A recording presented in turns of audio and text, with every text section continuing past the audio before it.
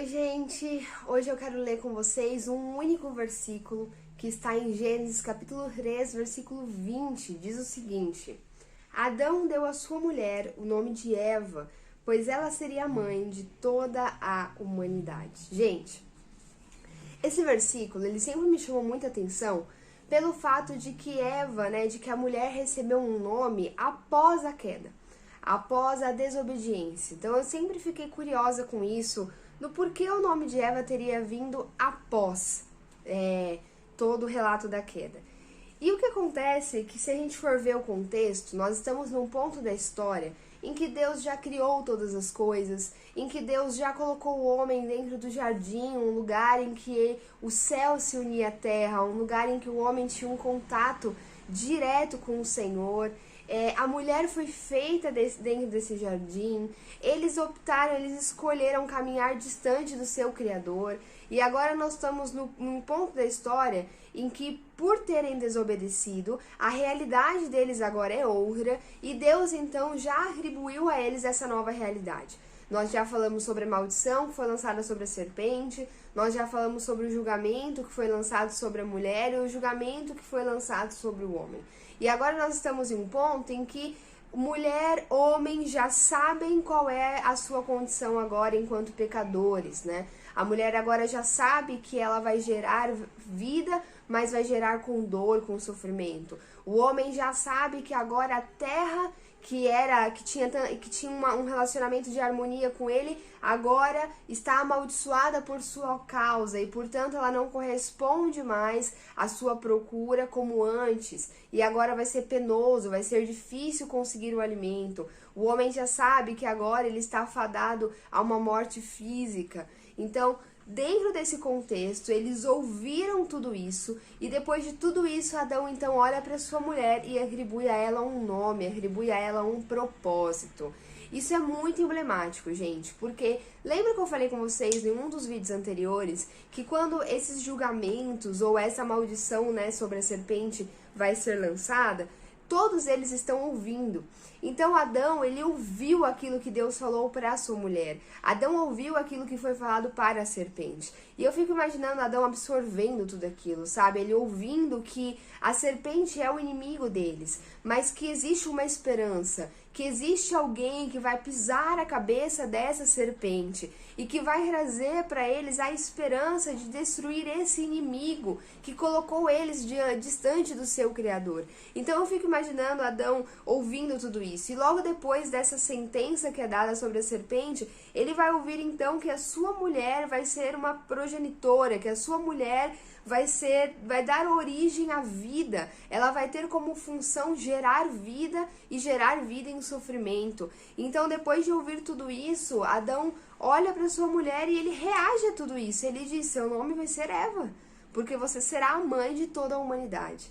Eu acho que é um versículo lindo, porque o homem, assim como Deus atribuiu propósito a toda a sua criação, ele está agora dando um nome à sua mulher. E quando ele dá um nome à sua mulher, ele também atribui a ela um propósito. Foi Adão que estabeleceu o propósito de que a mulher é aquela que gera a vida? Não, foi o próprio Deus. O julgamento já havia sido dado.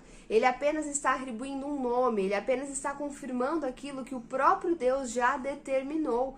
Adão está mais uma vez imitando o seu Criador, assim como Adão deu nome aos animais, atribuindo a eles propósito, assim como o seu Criador, porque ele foi feito para ser uma representação do seu Criador.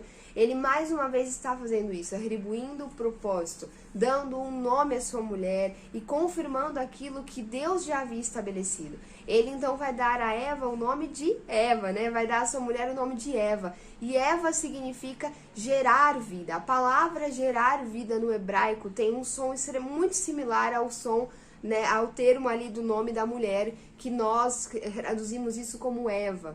Então, Eva significa gerar vida, e está associado ao propósito da mulher.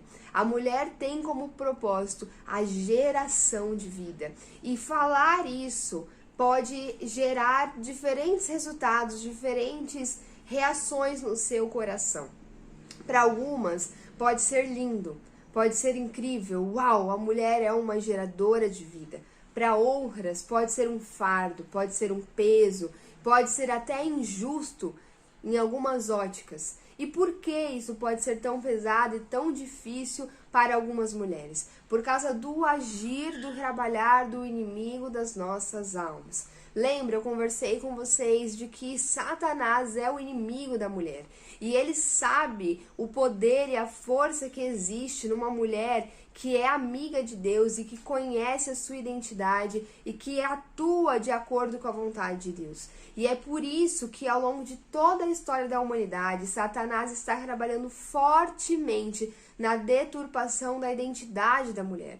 Então houve um período na história em que a mulher ela era vista como meramente um objeto de reprodução.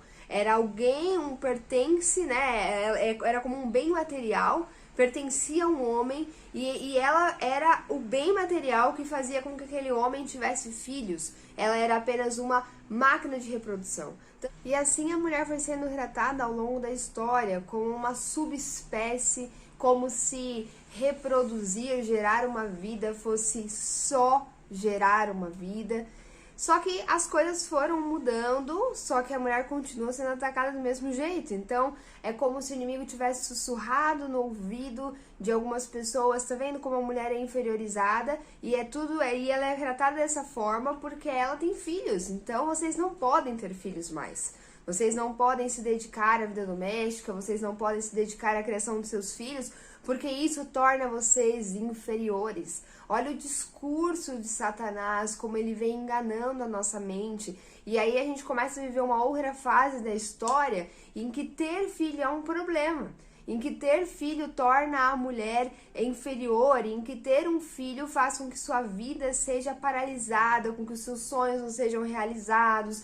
E então você não pode ter um filho. A gente chegou num ponto da história em que as mulheres, quando elas engravidam e elas já têm outros filhos, elas se sentem envergonhadas. Elas têm vergonha de contar para as pessoas que estão grávidas, que estão esperando um outro filho, porque sentem medo do julgamento, por serem consideradas às vezes loucas de estarem tendo mais um filho. Nós vivemos uma época em que ter muitos filhos ofende as pessoas. Mas andar praticamente nua na rua ou postar uma foto no Instagram em que todo o seu corpo está sendo exposto, isso é considerado sinônimo de força feminina. Ter muitos filhos e cuidar dos seus filhos é praticamente um insulto, mas ir para a internet para fazer determinadas tatuagens, lugares específicos e chamar a atenção com isso é um sinônimo de força. Então, mais uma vez, o inimigo continua deturpando a imagem da mulher e a gente percebe que o gerar vida está sempre envolvido. Porque o inimigo precisa fazer isso, ele precisa desconstruir o valor que existe nisso. Porque quando ele mexe nessa área, ele está tirando a força da mulher. Perceba, a Bíblia está dizendo, mulher, o seu propósito é ser uma geradora de vida. A Bíblia está dizendo isso para nós e também está dizendo para aquele público original, quando Deus mandou Moisés escrever esse livro, Moisés estava falando com um público específico. Ele estava falando com o povo hebreu que havia acabado de ser liberto do Egito e que, portanto, estava muito contaminado com a cultura, com as ideias, com o pensamento egípcio. Deus então manda Moisés escrever esse livro e manda Moisés contar toda essa história para o povo, e Deus está dessa forma trabalhando esse imaginário, restaurando essa mente que estava completamente contaminada por ideias contrárias à vontade de Deus. Deus está então falando para as hebreias: minhas filhas, vocês são geradoras de vida e é nisso que está o valor de vocês. Ao contrário da mentira que Satanás prega, que você tem pouco valor porque você é apenas uma máquina de reprodução, eu digo o contrário: você é valorosa porque você é capaz de gerar vida. Porque quando nós geramos vida, nós geramos também esperança. Deus está construindo a identidade da mulher hebreia e está construindo também a minha e a sua identidade. Nós somos imagem e semelhança de Deus e temos a capacidade, pela graça e misericórdia de Deus, de gerar vida, ainda que sejamos pecadoras. Gente, isso é incrível, pensar que um ser tão limitado e pecaminoso como eu sou capaz de gerar um indivíduo, sou capaz de nutrir dentro de mim um embriãozinho que vai se tornar um ser humano. Você tem dimensão da grandiosidade que é isso? E pensa comigo, Deus está restaurando a mentalidade da mulher hebreia nesse período. E logo depois, se você conhece a Bíblia, você sabe que depois dessas histórias que nós estamos conversando esses dias, nós vamos entrar na construção de uma nação. E a construção de uma nação necessita da geração de pessoas. E ao longo dessa construção da nação, muitas histórias de mulheres que eram estéreis e passaram a ter um filho por um milagre de Deus vão fazer parte dessa construção. A gente vai falar sobre Sara, a gente vai falar sobre Raquel, a gente vai falar sobre Rebeca, a gente vai falar sobre tantas mulheres que foram fundamentais na história do povo de Deus, através da geração de seus filhos. Então veja, Deus está preparando um terreno, Deus está preparando um solo para que se entendesse a preciosidade disso. Gente, Jesus vai nascer do ventre de uma virgem. Deus está preparando o solo para nos surpreender com a sua maravilhosa graça. Mulher, eu e você somos geradoras de vida e isso não nos diminui, muito pelo contrário, isso eleva o nosso potencial, isso nos torna extremamente valorosas diante de Deus. E essa geração de vida não é só no físico, mas ultrapassa, né? Extrapola essa questão do gerar uma vida no seu ventre. Mas nós mulheres também temos o potencial, a capacidade de gerar vida em ambientes, dentro de uma família, dentro da sua empresa, dentro do seu trabalho e principalmente espiritualmente. Nós mulheres geramos vida no mundo espiritual através das nossas orações, através das nossas palavras, através do nosso ensino, através do nosso acolhimento. Ó você lá na câmera. Ai, gente, meu dentinho tá nascendo, eu tô muito sensível, né? Eu tô muito sensível. Gente, nós mulheres somos capazes de gerar vida. E isso é uma grande força. Não permita que Satanás tire de você a sua força. Tire aquilo de precioso que Deus, o próprio Deus, depositou dentro de você. Deus nos deu um propósito, sermos geradoras de vida. Isso não significa que não seja dolorido. Gente, é muito difícil gerar. Quem já passou aí pela gestação sabe que é um período difícil. O corpo fica cansado, você passa 9 meses nutrindo um embrião. É o corpo da mulher que alimenta aquele embriãozinho para que ele venha se desenvolver e virar um ser humano completo, né? Grande, carne, osso. O corpo da mulher vai alimentando aquele embrião, ele vai se desenvolvendo. Olha a capacidade incrível que Deus nos deu. Só que esse processo é doloroso. É muito comum que a gente fique enjoada, que a gente não consiga fazer muita coisa porque a energia já está sendo toda gasta. É um processo difícil, existe a dor física também, você sente seu útero distendendo, a cólica vem, o incômodo vem. Lembra, seria difícil, seria sofrido, Deus já falou pra gente que seria assim por conta do nosso pecado. E o mesmo acontece quando a gente gera vida em outras áreas. Gente, gerar uma vida é muito difícil. Se você está gerando alguém espiritualmente, é difícil, mas não desista, vale a pena. A vida vale a pena, a vida é esperança. Não desista. Gente, o mundo hoje prega que aquilo que é difícil é ruim.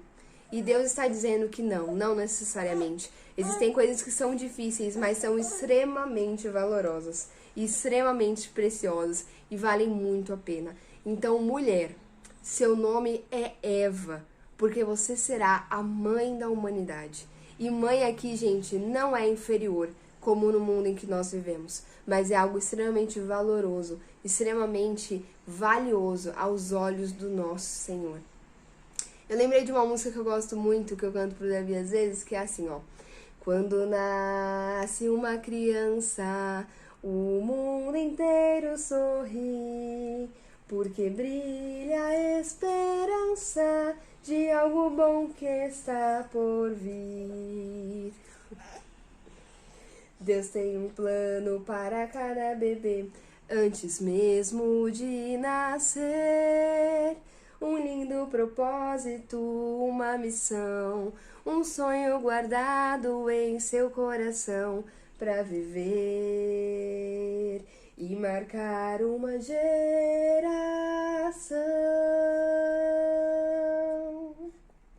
Gente, o nascimento de uma criança é o nascimento de uma esperança, é o nascimento de um libertador, é o nascimento de um salvador, é o nascimento de um filho de Deus, que o Senhor ama muito.